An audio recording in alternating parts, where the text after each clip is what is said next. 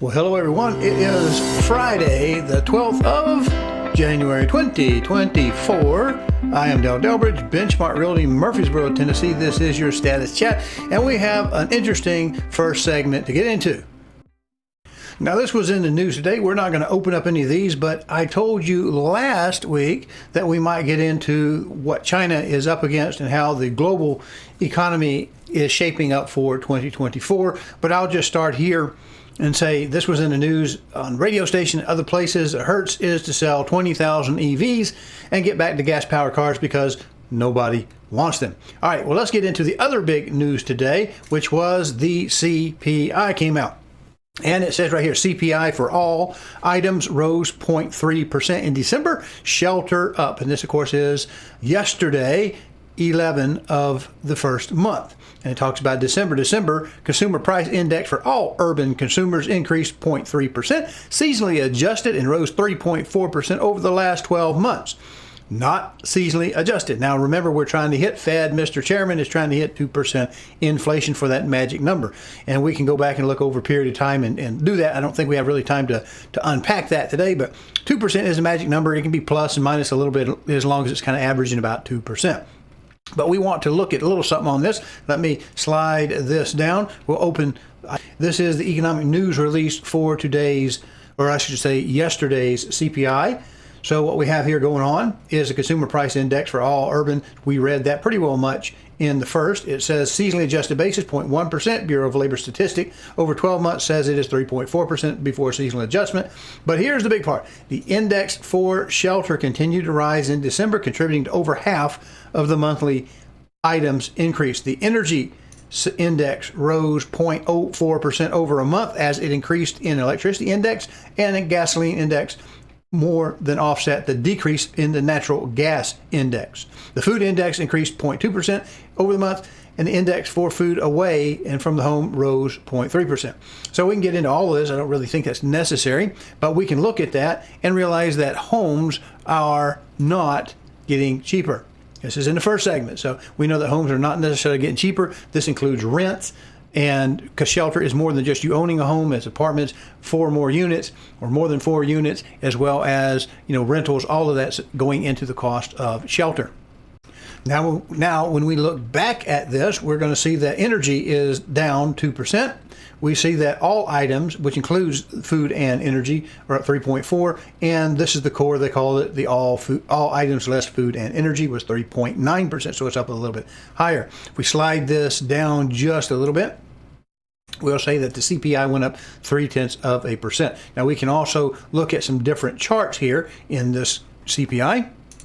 If we come up to here where it says next, we can change the chart, do the pull down. And in this case, I've got it kind of zoomed out, which makes it a little hard for me to read from this distance. But I think we want to look at, as we can see, it has been up and down. And here, around here, I just want to show you this. If you can see it floating, 1.4, 2.0, 1.8, 2.0. And we got down a little bit low here. We may have hit we hit deflation when it goes below negative. If it's in this slope going down, that's disinflation, and of course there's inflation when it goes up in this direction.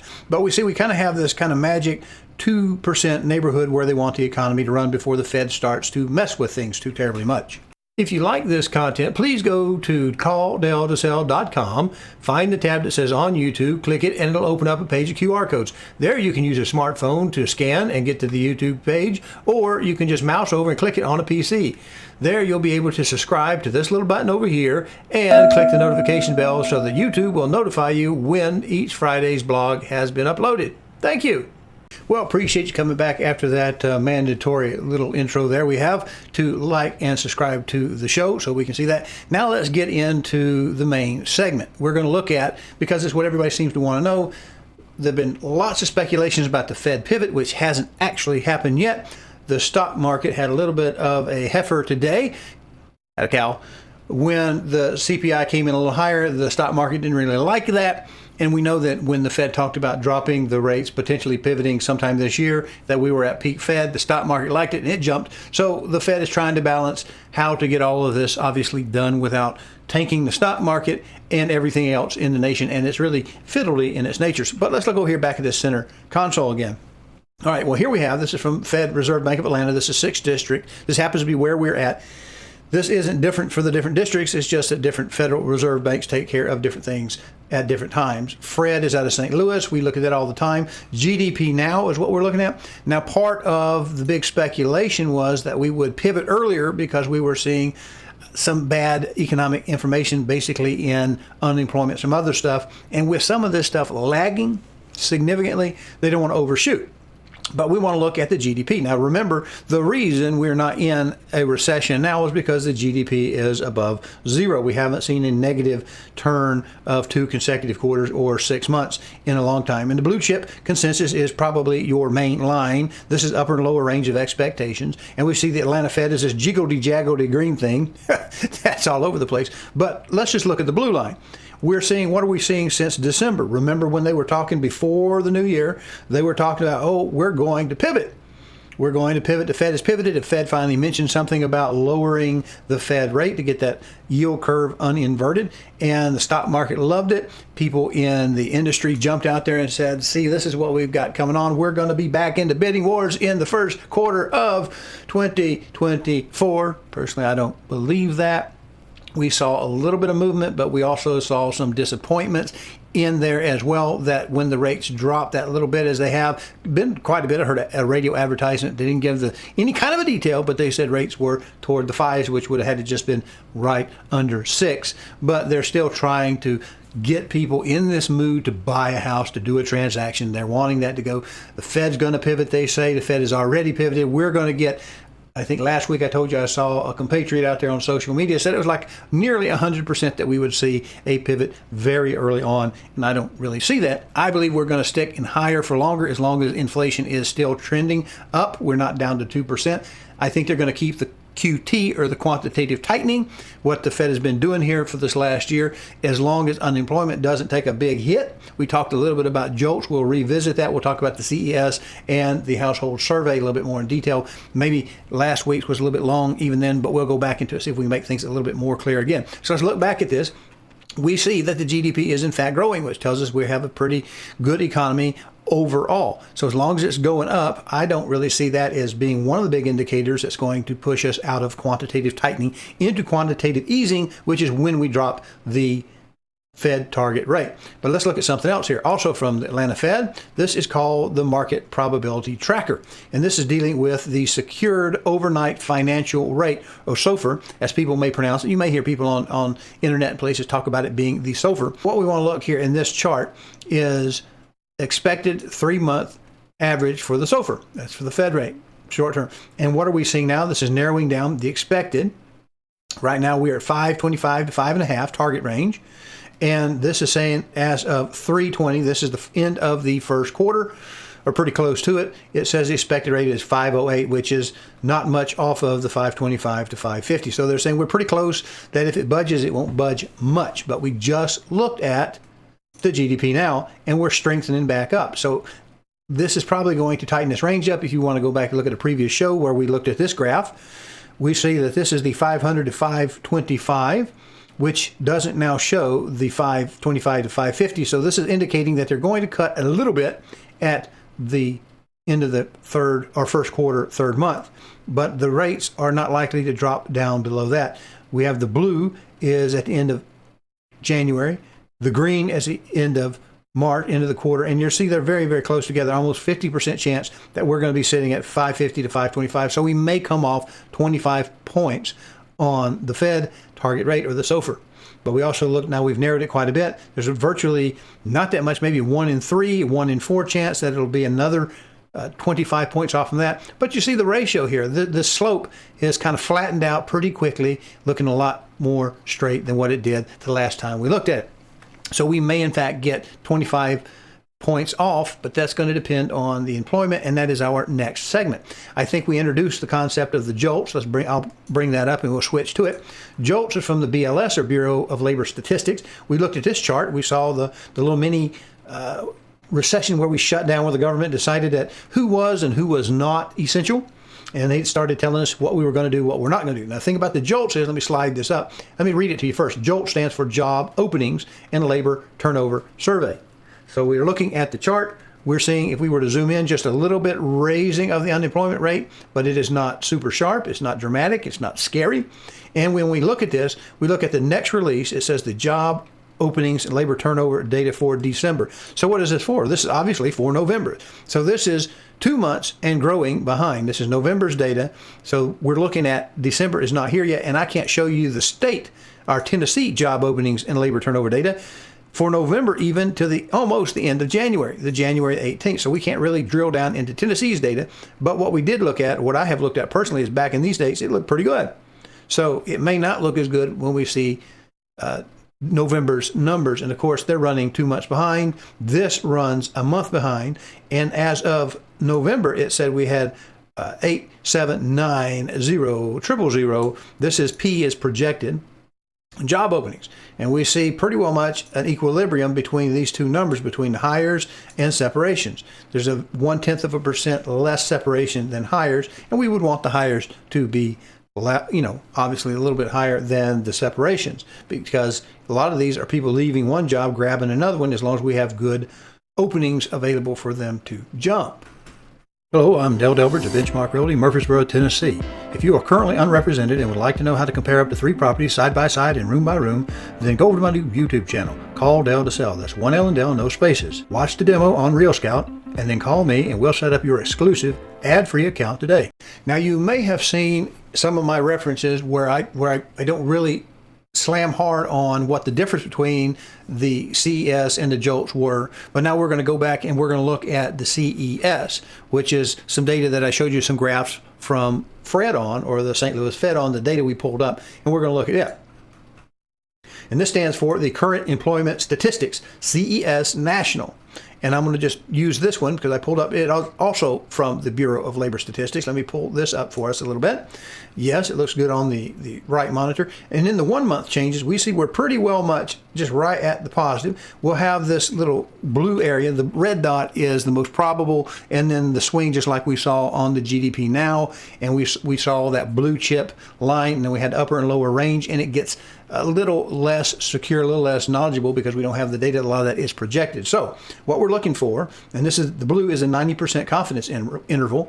The red is the employment changes, and we do show that these are still positive. Now, I don't know if you can see on your screen unless you're reading it off on a tablet or a big screen, but this is goods producing. That's still positive. It does say that the confidence interval does take us a little bit negative at 16,500 and the high at 60,500. So that's a pretty good spread, but the expected range, what we think it is about 22,000 nationally in goods producing. Now, if I pull my mouse away, we can see that most of them are right around zero, with the exception of this one right here, which is transportation and warehousing, that we lost 22.6.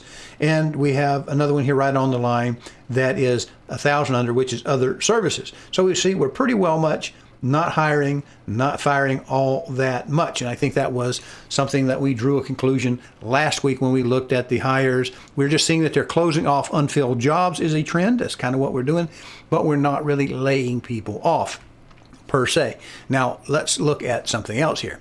This is hire rate, this is fire rate, this is the total number of jobs opening. That's a survey. Go back to the CES. It says the change in total non-farm payroll employment was plus 216,000. Looks like we made just a little bit more hourly earnings of 15 cents. And the change in private average weekly hours went down, essentially nothing, but down a little bit by 1/10. All right, now we're getting ready to get into some good stuff. Now, just one tab open from where we were. We're going to look at December. Now, this is the month and this is the year. So we're looking at 2023, and we see that projected we have our same 216, and that's in terms of thousands.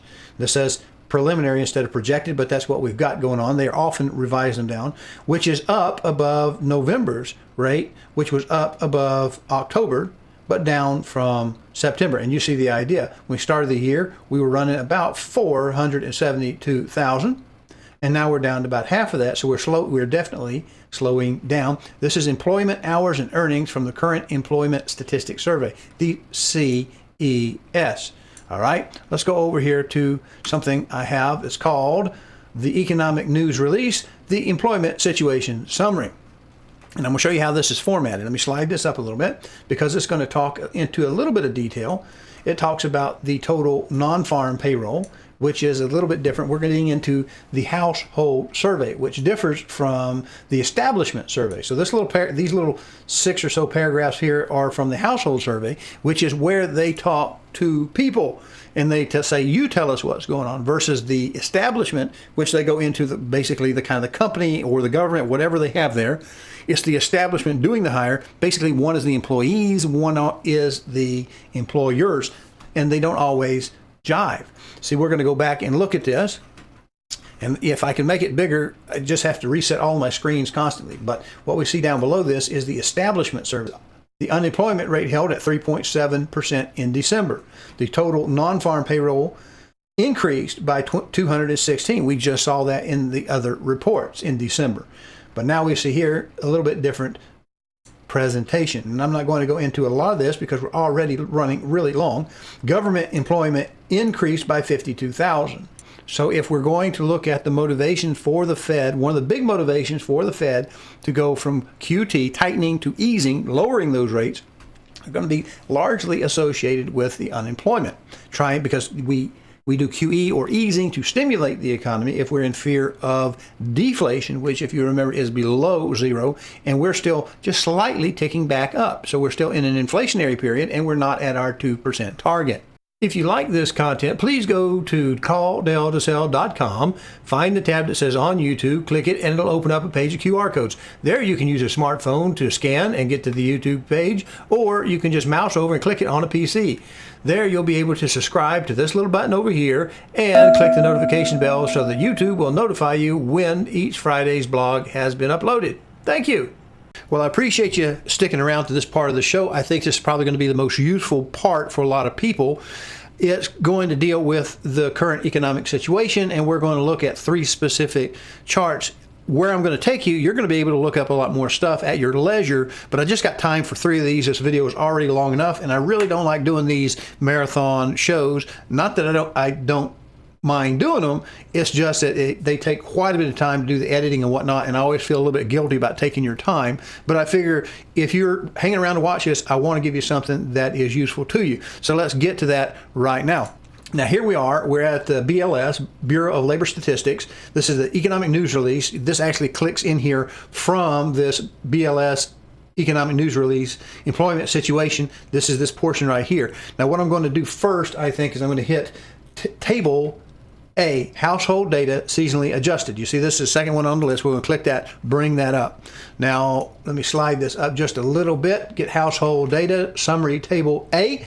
And what we're going to look at is the civilian non-institutional population that increased by 169,000. The civilian labor force, you see, decreased. These are job losses, net losses to the nation at 676,000 people. The participation rate actually went down a little bit, 0.3 there. Now that's going to be a percentage there versus actual thousands of jobs or thousands of people here with this. But we're seeing people are not working as much. We're reducing the number of people that are actually considered to be in the employment area. So this actually, when we do this, it's trimming down the unemployment statistics just a little bit by saying that people are just not willing to work at this point in time. We have, in the employed area, we have negative 683. That's 683,000 people that lost from November to December. This is a 1-month loss, a little over 500,000 people. Unemployed went up by 6,000, which you see that's not really significant. It's the biggest thing we're seeing is a drop off in the labor participation rate. Now let's go here down toward the bottom. We're going to look at the part-timers, employed persons at work part-time. Part-time for economic reasons. These are those who want to work full-time, but they're stuck part-time. And you see that's a net increase of 217,000 people. And we see of that, the slack or work or business conditions, this is the slowing, this is their part-time because they don't have enough work to keep them full-time. That is 170, could only find part-time at 30,000 people, and part-time for non-economic reasons. These are people who are just working part-time because they want to work part-time. That's 579,000 people are going up. That shows as a positive to that. Now let's return back where we came.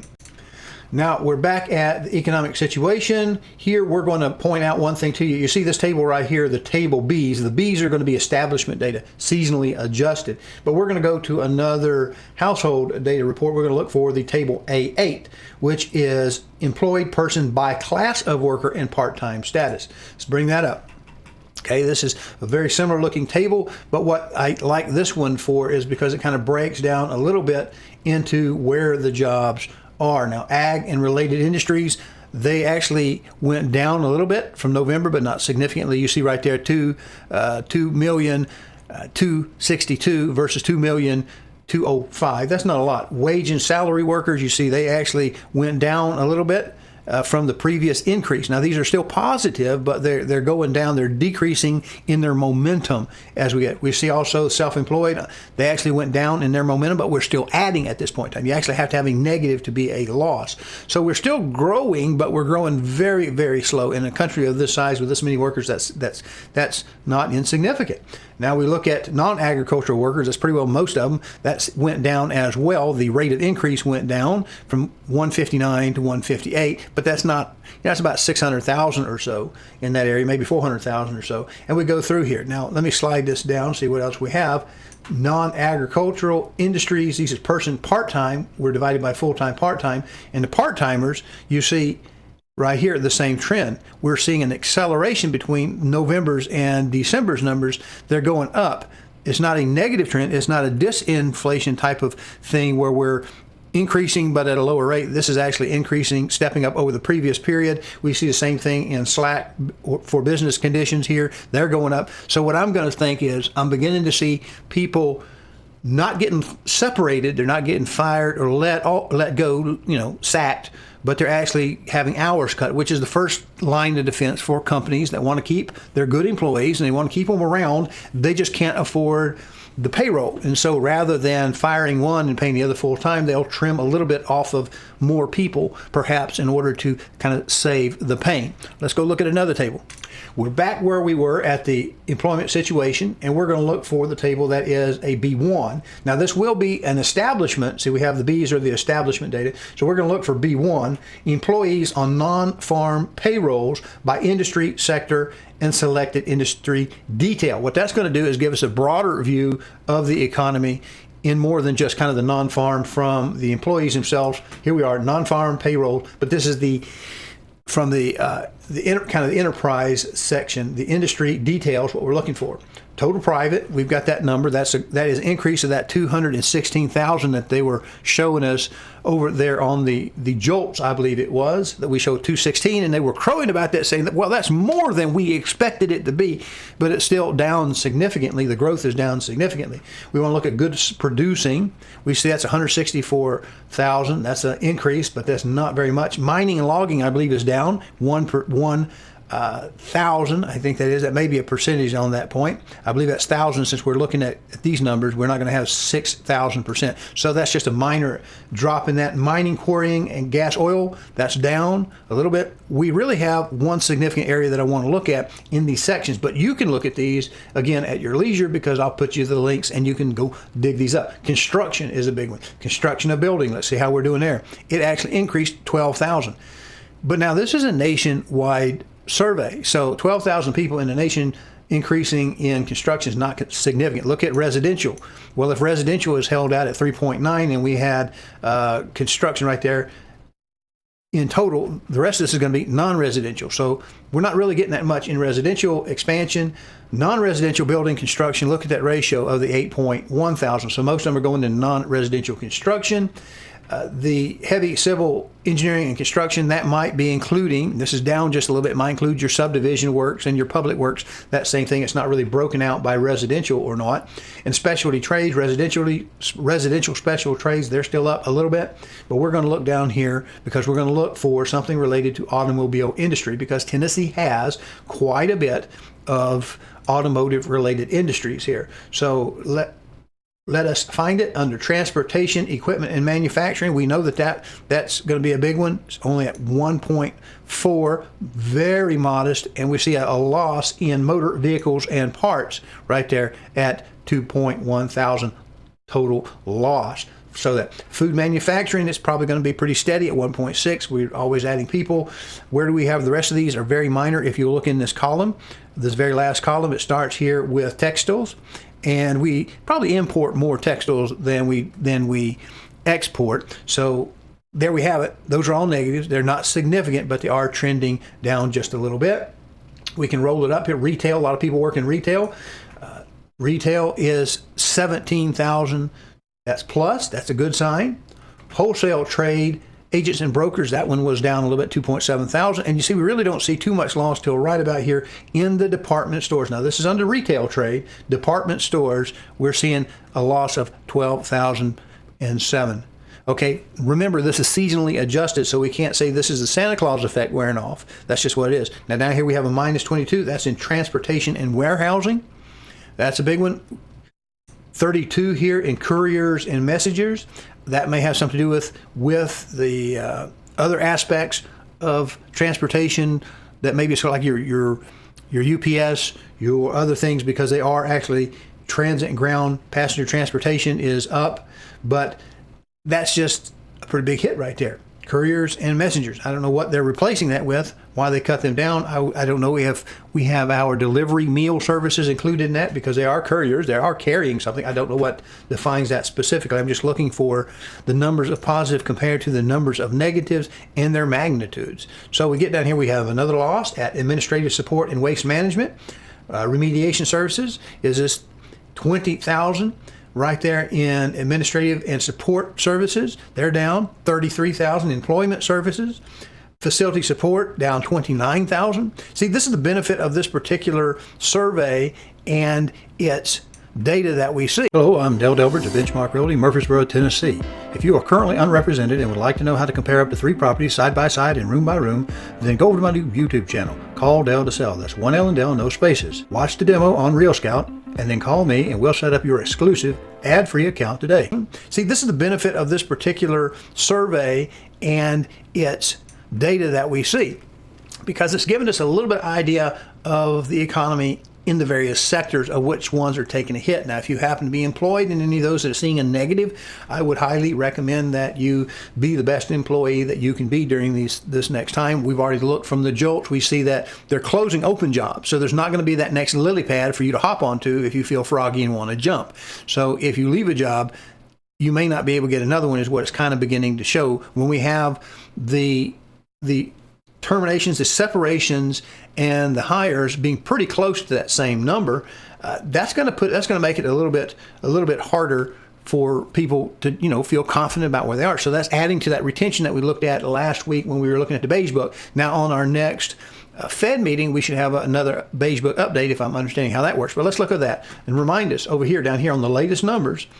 This is the open numbers, which is trending down. If we want to look at that one last time before we close out, you see the openings are closing off. These are the unfilled jobs. So let's go back. So if your job openings are decreasing and we have the hiring rate essentially the same as the separation rate, to me, that's telling us that we're pretty darn flat at this point in time. So we're going to keep an eye on things. We don't know how the Fed's going to react. If the Fed feels like that 3.9% inflation, depending on how that was set up. I think that was the core, because we used the total to kind of drop that down, if I'm not mistaken, with the oil and energy really falling out. And I think that is a bit of a negative omen, because we haven't changed our energy policies at all. So if we see oil and energy going down, that's probably because it's going to be sort of a demand size reduction versus the supply, assuming if we haven't worked on that supply on the energy. When prices fall, that's usually because the demand's falling, and that's also suggests that we might be getting into a slowing down period. So we have all of this put together. It's your guess as good as mine. Looks like the Fed is looking at something in the first quarter of being perhaps a quarter point off of the Fed rate. But they could change their mind in a minute, or they could accelerate that. It's all going to depend on the unemployment. And as long as we're getting the GDP to go up, continues to go up, that's a pretty healthy sign for the economy. Although really we may look at GDI, which is the gross domestic income, which is really what we're working for, right? We may be producing more, but if we're making less income off of it, that's showing that we're losing a little bit of efficiency there. So let's get on with today's numbers and wrap this show up. Well, let's look to see what we had last week in the numbers. 1/5/24. We had 18,399 in the opportunities, 29.25 in the under contract still showing. Both of those decreased over the previous period, and the integer ratio between the two increased to 16%. Now this week, 1/12/24, we have 18,664, and we have 31.04 in the under contract still showing. Both of those numbers increased slightly over the previous week, as did the integer value between them at 17%. Now remember, no one knows what the Fed is going to do, including the Fed, because as we see from the CPI, we see that that half of the increase was due to shelter, of which our home sales are part of that. So our real estate is part of that in one form or another. So half of that CPI was that. So we like to have lower interest rates for the stock market and for jobs, but we see that it fights with then the shelter, because again, that's going to lower that mortgage rate indirectly, and that's going to cause competition. Is going to help sustain those prices high. So what the Fed is going to do, we don't know. We just don't want to get stagflation where we're paying for it twice and getting nothing for it. So high inflation, we could have that. We could rekindle that. We could have high unemployment. We don't have that yet, or a combination of both of them, which is the worst thing that we could get right now. So right now, we're probably going to look at a little bit of a nudge, maybe in that first quarter, maybe a little bit longer. It depends on how these things shake out. Because remember, the economy is more than just buying a home. The economy is also holding a job and keeping the income coming in. So it's going to be competing interest there. I think Tennessee still looks pretty good. We have that one little threat with the automotive industry. If that continues to go in that direction, right now it's not much. So we'll just have to see what happens. Appreciate you. Stay warm and dry. I understand we might get a little bit of snow this weekend, or maybe a little ice if Tennessee does what Tennessee usually does. So keep care, and we'll see you next week. Appreciate you watching.